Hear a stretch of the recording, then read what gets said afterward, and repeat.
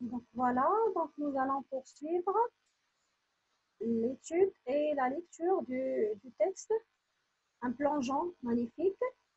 Nous avons vu les deux premiers paragraphes. On va poursuivre avec le troisième paragraphe jusqu'à la fin. Heureusement alors qu'il touche le fond, il voit un filet descendre devant lui. Il la grippe, tire d'un coup, tire un coup sec et se laisse remonter à la surface, poussant et crachant.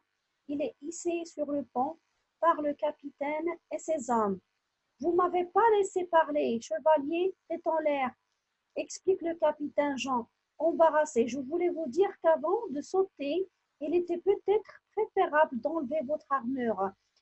Je me suis un peu précipité, admet le chevalier. Merci pour le coup de main, ou plutôt le coup de filet.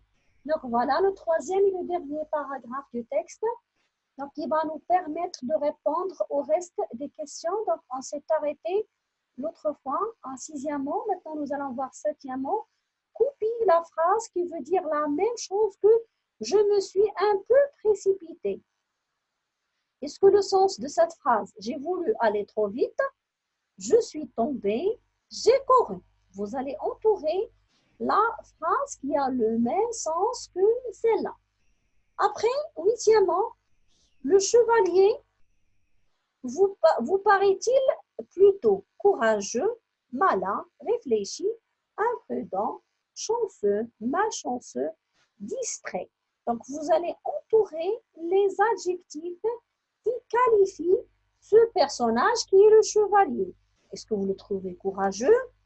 Vous le trouvez malin? Réfléchi? Réfléchi, c'est-à-dire quelqu'un qui prend son temps pour réfléchir et prendre la bonne décision. Imprudent, c'est-à-dire quelqu'un qui est toujours pressé. Chanceux, il a de la chance. Malchanceux, c'est le contraire, il n'a pas de chance. Donc, distrait, donc, ça veut dire c'est quelqu'un qui prend des décisions rapides. Donc, vous allez expliquer le choix de chaque adjectif entouré par vous. Neuvièmement, de son île, la princesse assiste à cette séance, écrit ce qu'elle voit. Donc, vous allez imaginer que la princesse a assisté à cette scène, c'est-à-dire la scène du chevalier, donc quand il a coulé dans l'eau. Donc, qu'est-ce qu'elle voit? Eh bien, que serait son commentaire? Donc, après, nous allons passer à une leçon de vocabulaire, donc il n'est pas programmé dans le manuel. Vous allez prendre la page 34 de vos manuels, pas pour donc, ce n'est pas pour voir le texte de la BD, mais c'est juste pour la démonstration.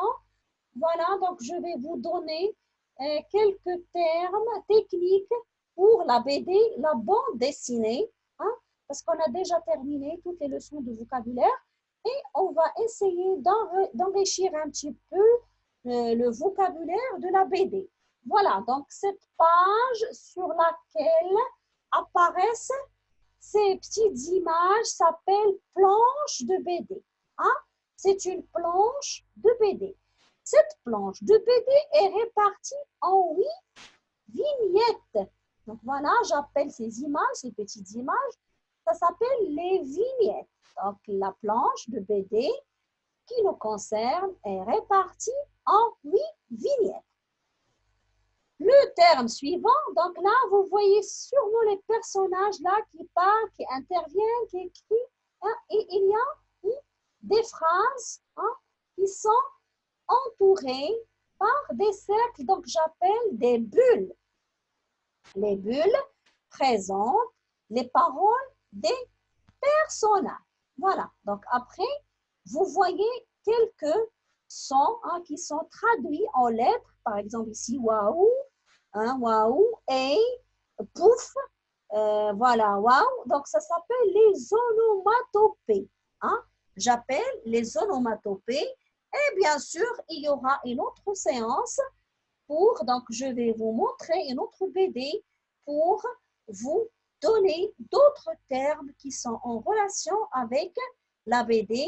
Et on va aussi voir, je retiens donc un petit résumé pour rédiger et pour Se souvenir, bien se rappeler de tous ces termes qu'on vient de voir. Et merci.